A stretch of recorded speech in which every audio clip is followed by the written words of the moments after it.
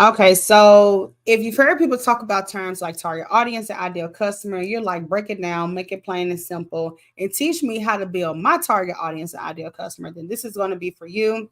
This is going to be two parts. The first part is going to teach you about your target audience and ideal customer. And there's another course that's going to teach you about building your ideal customer. So make sure you watch both, okay? So let's talk about the difference between your target audience and your ideal customer.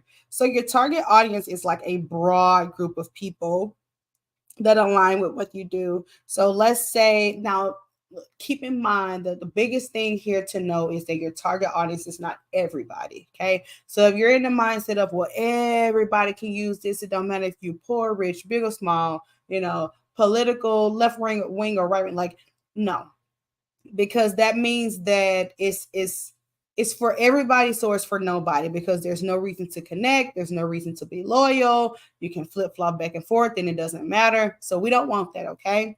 But your target audience is a group of people that closely align with what it is that you offer. Like they'll need it at some point in their lives, right? And they actually match a lot of the characteristics of your perfect customer, but sometimes not quite. And I'll give an example of that, okay? So let's say, for example, if I'm Nike, right, and I have tennis shoes, I may be doing my marketing is going to be geared towards millennials and what's the new ones, Gen Z. I'm going to market towards young people who want to be hip, trendy, athletic, yada yada.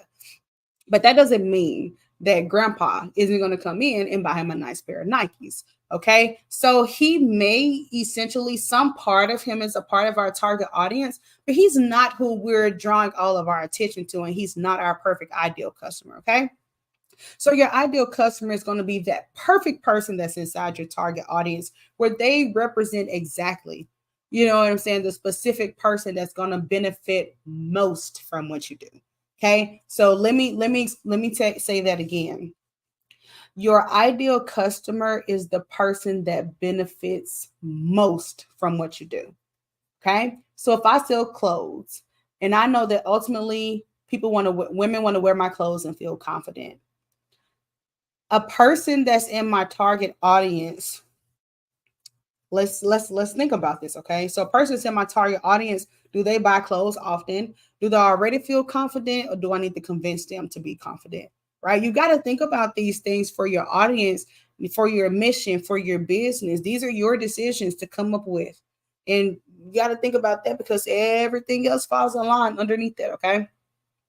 So we have our demographics versus our psychographics. I really dive into this a lot in the Build Your Ideal Customer course, but your demographics are going to be measurable data points like age, gender, income, location, and education level. Okay, so that's very basic. So we don't just want to stay on the demographics, okay, because that's basic. We want to think about the psychographics, which is like what's important to them. So what do they value? How do they live? How do they think? How do they spend money? What are they into?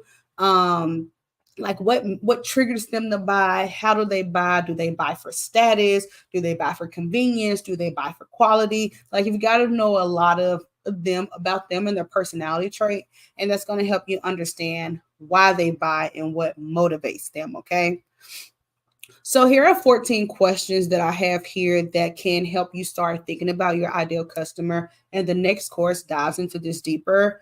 But age range, location, their occupation and income. Okay. So what are their challenges and pain points?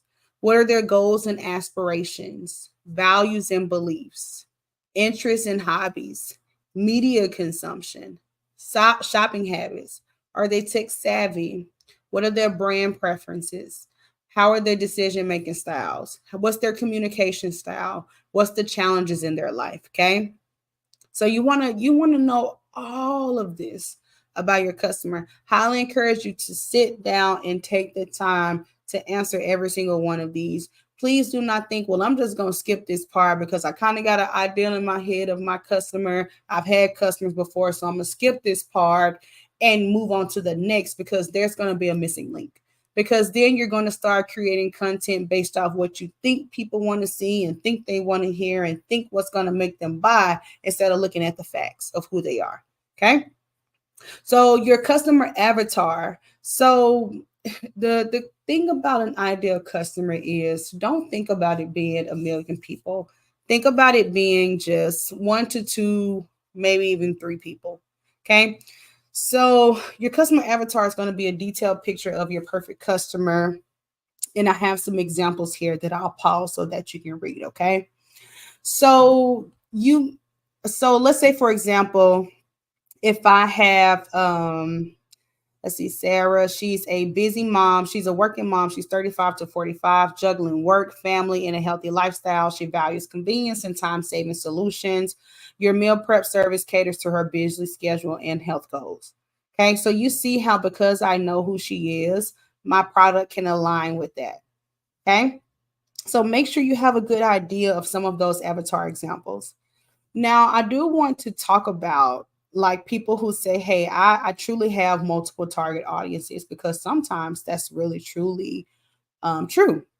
So if I take my DJ business, for example, I may very well do, a regular house party, birthday party, and I also may very well do a corporate event. Those are different audiences who have different needs and who desire different things for me. Okay. So it's perfectly possible for you to say, hey, Deb, I'm going to do this exercise, but I have to do it for two different audiences. Just make sure that the people who are booking for a house party, that you direct them to um, Instagram, or if you're directing your corporate people to Instagram too, make sure that it's fitting for both.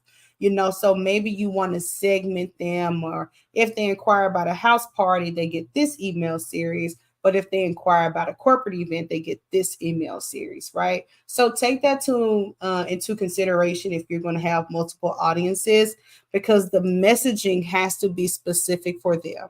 Could you imagine me trying to use one social media type of content and one type of email style of content to talk to people who want to book my services as a DJ for their house party and for their corporate event? It would not be in alignment. I wouldn't be able to speak to them the way that they truly need me to as a business owner. Okay. So it can be a little bit confusing, but you've really got to take the time to make sure that you're speaking to them at an appropriate time. Okay. So I want you to go through these 14 questions and truly answer them. I'm old school, get you a pen and paper and write it out. And if you find yourself like, oh, I really don't know that about my customer, then feel free to email me. Feel free to reach out to me. But this may take some research. This may take some Googling. This may take you spending some time looking at what the other people in your industry are offering. This may take you reaching back out to some past customers, reaching out to some peers, like get into the data of your business. And I hope that this helps